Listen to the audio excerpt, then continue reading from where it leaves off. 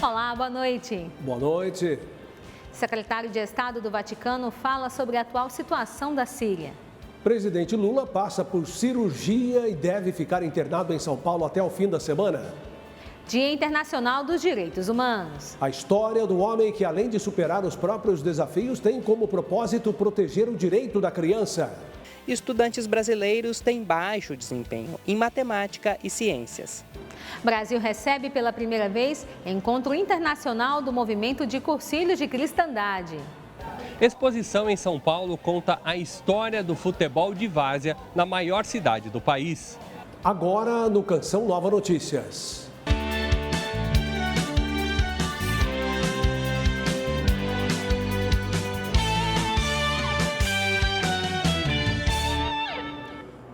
O secretário de Estado do Vaticano, cardeal Pietro Parolin, mostrou preocupação com o atual momento na Síria.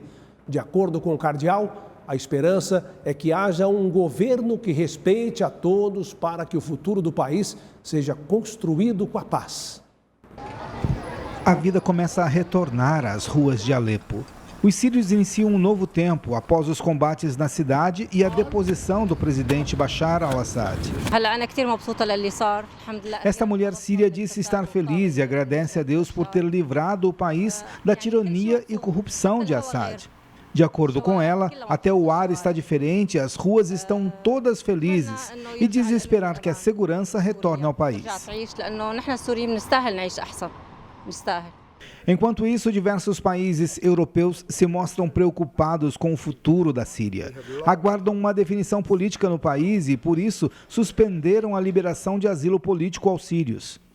Na Itália, o cardeal Pietro Parolin conversou hoje com jornalistas sobre o que o mundo assiste nos últimos dias, com o fim dos mais de 50 anos de governo da família Assad. Parolin participa de um encontro sobre o diálogo com o mundo islâmico na Universidade Católica de Milão. Para o secretário de Estado, a situação entre os sírios pode favorecer o crescimento de grupos terroristas, como o Estado Islâmico, mas mantém esperança de que o governo a ser criado seja aberto e respeite a todos, inclusive os cristãos locais. Parolin afirmou ser uma oportunidade de construir pontes com o mundo muçulmano e pede prudência diante dos cenários que se abrem. A Santa Sé segue trabalhando pelo diálogo e diplomacia e procura, neste momento, criar condições de um cessar-fogo, de libertação de reféns, de ajuda humanitária. O evento na universidade é chance para fortalecer os laços entre as diferentes culturas religiosas e colaborar para uma resposta aos problemas e dificuldades que aquela região do mundo enfrenta. O presidente Luiz Inácio Lula da Silva passou, na madrugada desta terça-feira, por uma cirurgia de emergência em São Paulo para a drenagem de um hematoma intracraniano, resultado de um acidente doméstico ocorrido em 19 de outubro. O presidente Lula sentiu dores de cabeça ontem, logo após o almoço. À noite, foi direcionado para o Hospital Sírio-Libanês, em Brasília. Após passar por exames, foi transferido para a unidade do hospital, na capital paulista. A equipe médica que acompanha o presidente Lula realizou uma coletiva de imprensa aqui no Hospital Sírio-Libanês, na região central de São Paulo, onde deve ficar internado até o fim dessa semana. A tomografia já constatou um novo sangramento, que é um sangramento na região do cérebro e um sangramento até mais importante. Foi submetido a uma ressonância magnética que comprovou o sangramento e discutido com a equipe médica, com o Dr. Rogério Tuma, Dr. Suzuki, Dr. Marcos Stave, se optou pelo procedimento cirúrgico para drenagem do hematoma, do sangramento do cérebro.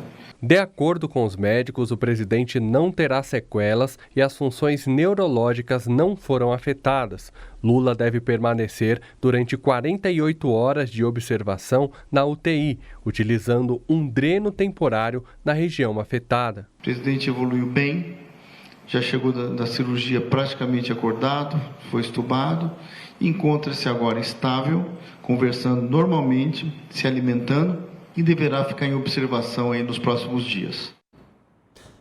Uma pessoa que dedica sua vida a proteger o direito da criança enquanto enfrenta seus próprios desafios, é um gesto inspirador. Neste Dia Internacional dos Direitos Humanos, vamos conhecer a história de um conselheiro tutelar cujo propósito revela a humanidade. Veja na reportagem de Gabriela Matos e Ersomar Ribeiro. Caçula de 5 irmãos, aos 9 anos de idade, Francisco Roques foi diagnosticado com distrofia muscular progressiva tipo cintura, uma doença genética que causa fraqueza muscular. Pós-graduado em Direito da Criança e do Adolescente, há 11 anos exerce a função de conselheiro tutelar. Acessibilidade, melhores condições e possibilidade de inclusão real. Detalhes que fazem a diferença no dia a dia de muitos brasileiros que se sentem ilhados nos afazeres do cotidiano e precisam ser vistos, amparados e acolhidos por gestores e pela sociedade. Chaguinha, como é conhecido, já atuou em associações e na defesa dos direitos de deficientes, porém lembra a dificuldade que enfrentou para conduzi-los ao mercado de trabalho. Leis tem várias, tem muitas. Eu acho que é um segmento onde tem muitas leis, mas infelizmente fica só na teoria. Quando eu estava na associação, na época que eu estava presidindo, chegava muitas vagas, muitas. E aí quando eu ia olhar, eram vagas para deficiência leve. Em 10 de dezembro de 1948, a Declaração Universal dos Direitos Humanos foi proclamada pela Assembleia Geral das Nações Unidas, dando visibilidade e abrindo portas para debater o tema. Contudo, esse advogado defende que a declaração deve ser atualizada. Nada hoje é mais importante, além, logicamente, desse tema que eu falei da defesa da vida como princípio fundamental e inalienável, a questão da liberdade humana. Ela está sendo corrompida, cerceada e retirada e sendo reposicionada como uma concessão do Estado. O Ministério dos Direitos Humanos e da Cidadania lançou no início deste mês o programa Estou Aqui, voltado para combater o capacitismo e preconceito contra pessoas com deficiências. A gente quer só condições, nada sobre nós, sem nós, e que todos somos diferentes, só precisamos de condições para mostrar que somos capazes.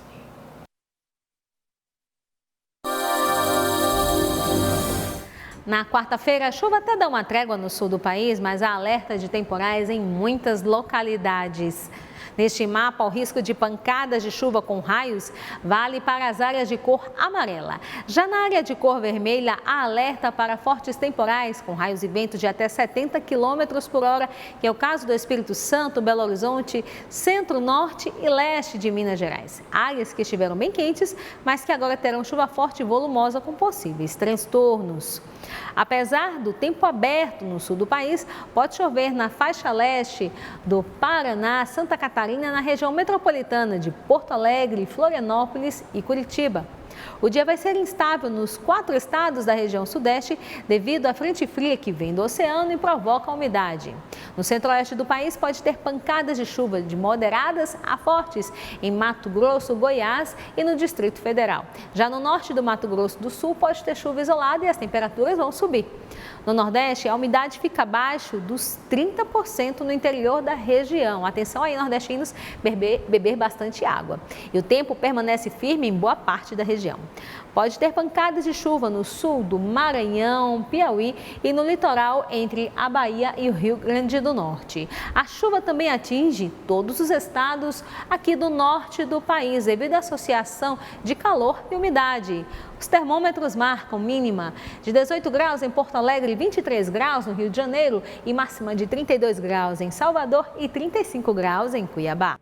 O Seminário Bom Jesus em Aparecida acolheu recentemente representantes do movimento de cursilhos de cristandade que vieram de 5 países da América Latina para vivenciar momentos de formação e evangelização. Foi a primeira vez que o Brasil sediou um encontro desse perfil. Brasil, Argentina, Uruguai, Chile e Paraguai. Cursilistas latino-americanos se unidos para evangelizar. Tens compartilhado seu encontro com Jesus? Provocação pertinente em tempos desafiadores. É impossível você ter uma uniformidade de todos os movimentos, mas a unidade de movimentos ela acontece a partir desses encontros internacionais. Então, essa interação entre os países faz com que a gente possa ter um movimento mais unido, um movimento mais motivado e que nós estamos preparando para o ano que vem uma Ultraia Mundial em Roma. Então, o mundo todo do Cursílio vai estar em Roma em 2025, em 6 de junho. Estar a serviço é também colocar-se disponível ao saber. Todos são chamados, inclusive os que possuem vasta experiência, como é o caso dos sacerdotes. Eu fico muito feliz de fazer de dar, a minha vida e viver esse serviço dentro do movimento de Cursilhos de Cristandade, porque sei que o movimento de Cursilhos hoje é um elemento importantíssimo na evangelização, na transmissão do evangelho para as pessoas. O objetivo deste encontro é refletir a situação atual do movimento de Cursilhos de Cristandade em toda a América Latina, bem como os avanços registrados nos últimos anos. Tudo isso sem deixar de lado o principal, a oração com a palavra de Deus, luz para toda a caminhada. Hoje somos chamados a uma missão particular, a um sair pelas ruas, a uma busca pelos distantes, ao que o Papa Francisco chama de igreja em saída. Frente a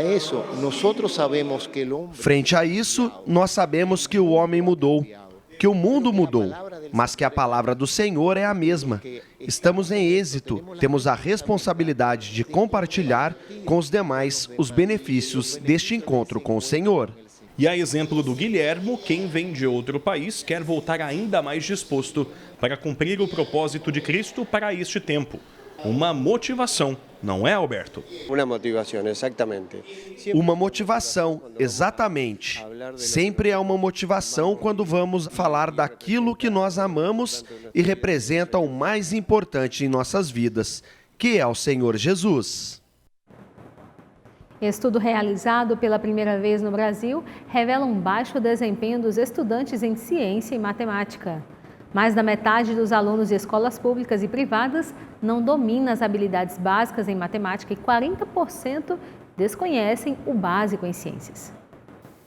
O Eduardo estuda nesta escola particular em Brasília.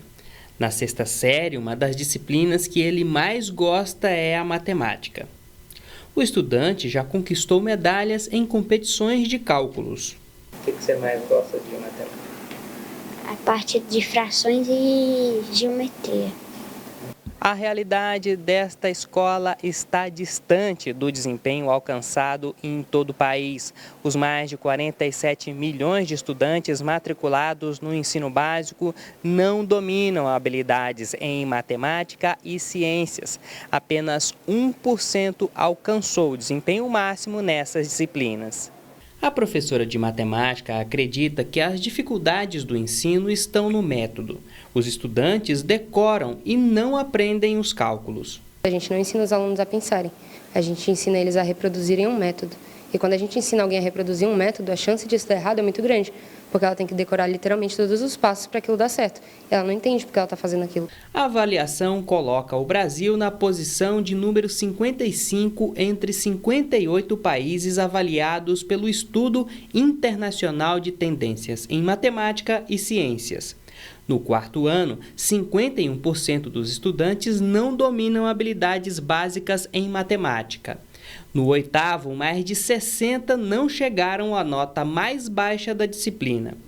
Em ciências, 39% dos estudantes do quarto ano não têm o domínio básico. E no oitavo, 42% não conseguem diferenciar reações químicas e físicas. A professora e coordenadora pedagógica afirma a necessidade de incluir as disciplinas na rotina dos alunos em um ambiente multidisciplinar. Sempre dentro de projetos que agregam disciplina, todas as disciplinas, a matemática, a geografia, a história, para que eles entendam que o mundo faz sentido e não é somente entrar na sala de aula para adquirir conteúdos e fazer avaliações. O Museu do Futebol em São Paulo, conhecido por preservar as histórias de grandes atletas que marcaram o futebol brasileiro, apresenta uma exposição dedicada às origens do esporte, a várzea. Olha, esses campos de terra batida, espalhados pelas periferias da capital paulista, foram o berço de talentos que elevaram o futebol brasileiro pela arte e o consagraram mundialmente.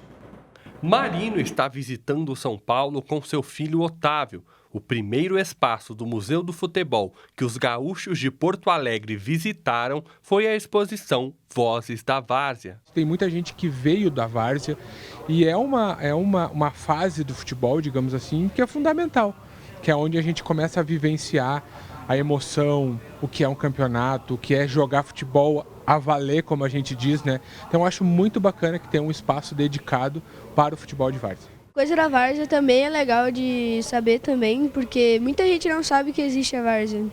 E tipo, tu vê aqui os negócios de saber da várzea, como é que é, e os estádios também. São 5 espaços temáticos com mais de 500 registros de fotos, vídeos e artefatos como camisas, troféus e medalhas. Só nesse espaço, mais de 80 times de várzea de diversos bairros da cidade foram representados com suas camisas. Fala um pouco das culturas na várzea, fala um pouco da economia que o futebol de várzea ele acaba mobilizando, né? Fala também da resistência, né? Do apagamento do futebol de várzea ao longo do tempo, né? Em torcidas, né? Tudo que mobiliza, que a várzea mobiliza, né? Então é a comunidade, é o bairro que está junto com o time, né, do qual faz parte, que participa aí de algum torneio aqui em São Paulo. A exposição inclui alguns espaços interativos. Neste é possível visualizar quantos campos de futebol de várzea tinham em São Paulo em 1958 e quais resistiram ao crescimento da cidade.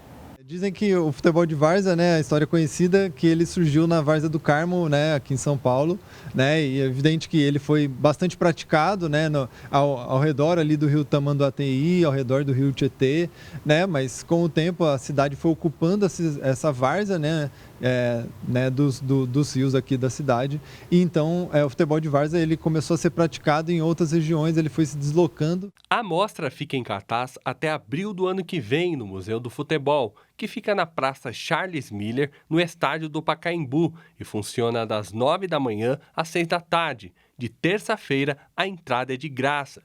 E não são apenas brasileiros que visitam o local. Fabian veio de Santiago, capital do Chile. Eu vim para conhecer um pouco mais da história do futebol do Brasil. Todo mundo nas Américas sabe que o país do futebol é o Brasil. Tem muita coisa para se olhar aqui. Familiares e pacientes que fazem hemodiálise no Hospital das Clínicas da Universidade Federal de Minas Gerais tiveram um dia especial na capital mineira. Há 7 anos, os rins de Letícia pararam de funcionar. Quase metade do dia é dedicado ao tratamento, o que dificulta trabalhar de carteira assinada. Todos os dias. Eu passo 10 horas ligada na máquina, todos os dias. Eu durmo conectada na máquina. Aí, assim, isso acaba refletindo na questão até eu fazer o tratamento, para ter disponibilidade para ir para o trabalho, trabalhar. Kaique precisa fazer hemodiálise 3 vezes na semana, 4 horas por dia. Rotina que exigiu adaptação de sua mãe. Estou vendendo bolo no pote, né? Sabores variados e a salada de fruta, porque eu tenho mais filhos.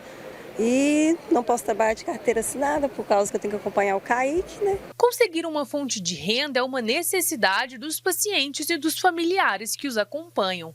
Letícia e a mãe, por exemplo, preparam diferentes tipos de artesanato. Para divulgar o trabalho dos pacientes e familiares atendidos no serviço de hemodiálise, o Hospital das Clínicas da UFMG criou essa feira solidária. Uma rotina muito intensa. Os pacientes vêm para o hospital 3 vezes por semana, um tratamento longo, e às vezes eles ficam o dia inteiro se dedicando a esse tratamento, e daí eles vão criando alternativas para a geração de renda, né? Então eles produzem muita coisa e a partir dessa observação a gente pensou então em criar um espaço para que eles pudessem divulgar o trabalho e também comercializar os produtos que eles fazem. Quem passou em frente à Faculdade de Medicina encontrou acessórios, biscoitos caseiros, salgados, pipocas, doces e produtos de artesanato. Mariana saiu com a sacola cheia. São produtos de muita qualidade, né? Então a gente sai mesmo com a sacolinha cheia. Rosana e Raquel acompanham a mãe durante a hemodiálise e aprovaram a iniciativa. Eu achei uma excelente ideia, porque até então, assim, expor eu nunca tinha feito não, né? E como eu gosto de trabalhar com isso, para mim foi ótimo. Também é uma ajuda, né? Financeira, né? Já que a gente teve que praticamente deixar as coisas, né? Por exemplo, um trabalho fixo, né? Fechado, para estar nos cuidados com a minha mãe, né? Divulgação que ajuda não apenas na geração de renda, mas também no tratamento. É também uma forma de promover saúde, né? Promover geração de renda, profissionalização e essa recuperação da autoestima, promoção de saúde também passa por aí. O Natal se aproxima e a igreja se prepara para viver o terceiro domingo do Advento, o Domingo da Alegria. A espera é também um momento de conversão ao coração. A igreja vivencia um novo ano litúrgico com a chegada do Advento, um tempo para revigorar a fé e a esperança para a chegada do Messias. Ao meu lado, o padre Érico Pitágoras, capelão naval chanceler do Ordinariado Militar do Brasil. Padre, boa noite. O chamado de Deus para as nossas vidas se renova também nesse tempo do Advento? Com certeza, o Advento é este tempo de renovação espiritual a partir do nosso coração, para comemorarmos o grande evento que mudou os rumos da humanidade, o mistério da encarnação, que é comemorado no Natal, mas também nos prepara para que no final dos tempos possamos nos reencontrar num sentido com Jesus, o justo juiz, diante do qual prestaremos contas dos frutos do grande mistério da encarnação que nós herdamos na fé, desde o nosso batismo. Por isso é esse tempo de renovação, é esse tempo de esperança, uma esperança dinâmica, porque Deus está vindo, é preciso ir ao encontro de Deus. E que mensagem deixar então para quem nos acompanha nessa proximidade do Natal? É importante vivenciar o Natal como uma realidade de fé. Daí a perspectiva, sobretudo, de que tenhamos momentos para oração, para espiritualidade, preparando o nosso coração através do sacramento da reconciliação e através da caminhada da igreja em momentos celebrativos importantes que nos colocarão com certeza em sintonia com este grande acontecimento que é o Natal do Senhor. Que Deus nos propicie, então, um verdadeiro tempo de renovação para a nossa vida. Padre, muito obrigada pela sua participação conosco. Liana Nunes para o Canção Nova Notícias. O Santuário São Francisco, em São Paulo, está promovendo a 35ª edição de uma exposição de presépios. Neste ano, o tema escolhido é o Cântico das Criaturas, por ocasião dos 800 anos dessa canção feita pelo padroeiro da ecologia. De várias maneiras, os presépios nos fazem construir a memória do nascimento do menino Jesus. No Natal, eles são um grande símbolo. Essa representação surgiu com São Francisco de Assis em 1223. Ele teve a ideia de pedir ao Papa licença de representar numa gruta aquele acontecimento de Belém. Ele quis reviver a pobreza em que o Filho de Deus nasceu. No Brasil, santuários franciscanos promovem exposições de diferentes presépios. Em São Paulo, o Santuário São Francisco inaugurou em dezembro a sua 35ª exibição da mostra. Nesta edição, o tema da exposição de presépios aqui no santuário é o Cântico das Criaturas. Escrita por São Francisco no estágio final de sua vida, a letra louva a Deus pela existência de toda a criação. Ele louva a Deus através das criaturas, do irmão Sol, da irmã Lua, da irmã Água. Quer dizer, a ideia básica é esta reconciliação com a natureza, chamando a todos de irmão, a todos de irmã. A representação do Cântico das Criaturas nos presépios está nos cenários da natureza das obras, feitas por brasileiros e estrangeiros, e também na simplicidade de materiais recicláveis. Principalmente mostrando também um pouco que toda a natureza envolve este mistério de Natal na montagem, então, com flores, com ervas, com pedras, com areia, todos os elementos da natureza que louvam a Deus. A exposição fica no Santuário São Francisco, no centro de São Paulo, até o dia 28 de fevereiro. É aberta aos sábados, das 9 da manhã às 3 da tarde, e aos domingos até o meio-dia. É possível agendar visitas. Jesus, no fundo, nasce para nos reconduzir à beleza da criação, né? Em que todos são irmãos, que todos são irmãs. Vamos cantar nesta manhã, pois renasceu mais uma vez a criação. Nesta semana, a sede da Canção Nova em Cachoeira Paulista será palco de um dos momentos mais marcantes da programação evangelizadora Osana Brasil. Um evento especial em que os peregrinos se reúnem para agradecer pelas graças do ano que se encerra e renovar a esperança para 2025 que está por vir. Quais são os motivos que você tem para agradecer no dia de hoje? O diácono José Dimas, recém-ordenado, tem muitos. Isso mesmo, um ano de muitas vitórias na minha vida, na minha vocação.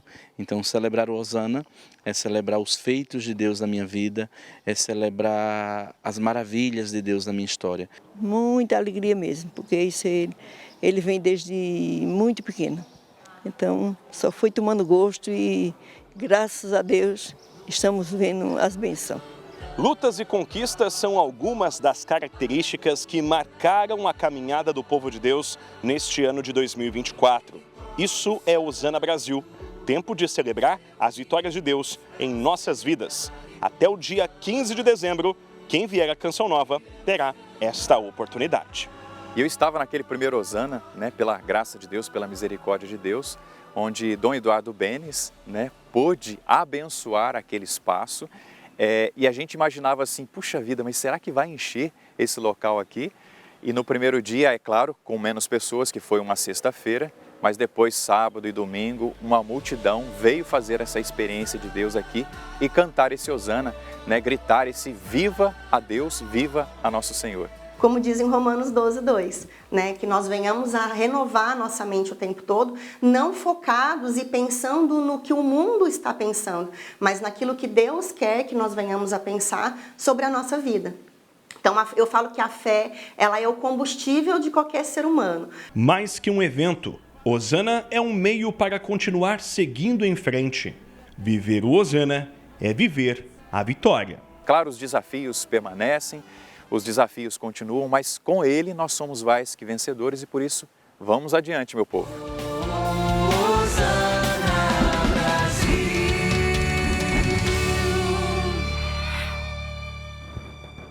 A vida cristã é chamada a ser guiada pelo Espírito Santo. Igualmente, todos os vínculos humanos fundamentais se colocam sob a novidade do Espírito. Vínculos com Deus, com as pessoas, com a natureza e consigo mesmo, para viver bem a espiritualidade cristã. É com este espírito de criar vínculos por meio da fé que chegamos aos 37% de nossa meta na campanha desse mês. Seja evangelizador com a Canção Nova, faça sua doação pelo Pix, com a chave pix.doação@cançãonova.com e obrigado por sua fidelidade. Um menino humilde, nascido no interior de São Paulo, superou desafios e trilhou um caminho cheio de fé para realizar o sonho de se tornar padre. 60 anos depois, seu legado se reflete em uma comunidade carismática.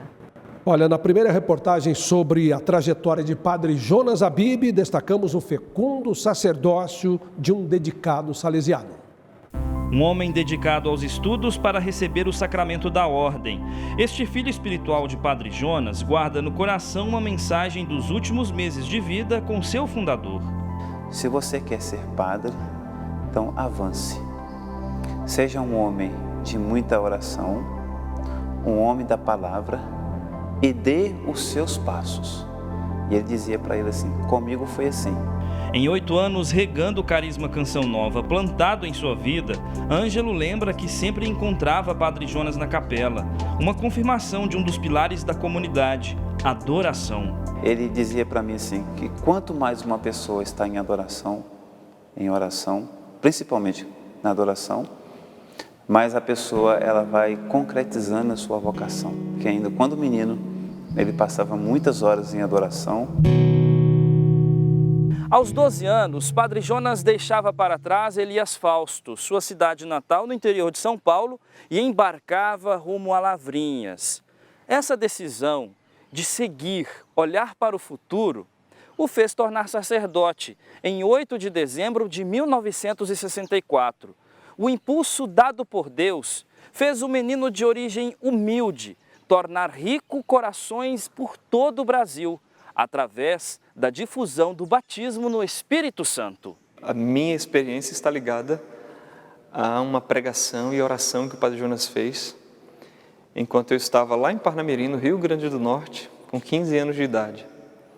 Pelo que eu recordo, foi a primeira pregação que eu ouvi, e ele, quando foi dar a bênção, encerrando a pregação, naquele momento de oração, eu fui batizado no Espírito Santo. Pai de uma geração como seu fundador, Alex veio do Rio Grande do Norte para contribuir com a vocação de outros seminaristas em Cachoeira Paulista. Do Padre Jonas, a gente podia dizer que ele viveu também semelhantemente Dom Bosco no seu tempo, trabalho com jovens, se fazer tudo para todos, e a forma de abordar as pessoas, que era sempre com um olhar positivo. Você não viu o Padre Jonas colocando as pessoas para baixo, mas muitas vezes pegando as pessoas lá de baixo e colocando para cima. Uma dessas situações aconteceu com sua irmã Jorgelina. Ela estava doente e precisava comunicar a seriedade de seu estado de saúde. Então eu sabia o coraçãozinho dele como estava. Mas ele foi assim de uma maravilha, ele se levantou. Ele estava vermelho e orou por mim. Foi um momento que eu dei uma tristeza para ele, mas foi um momento que ele acalmou meu coração. Hoje, realizei a minha obra. Os vossos corações foram tocados de maneira indelével. Isso ninguém mais vai conseguir tirar. Só eu poderia, mas eu não vou tirar.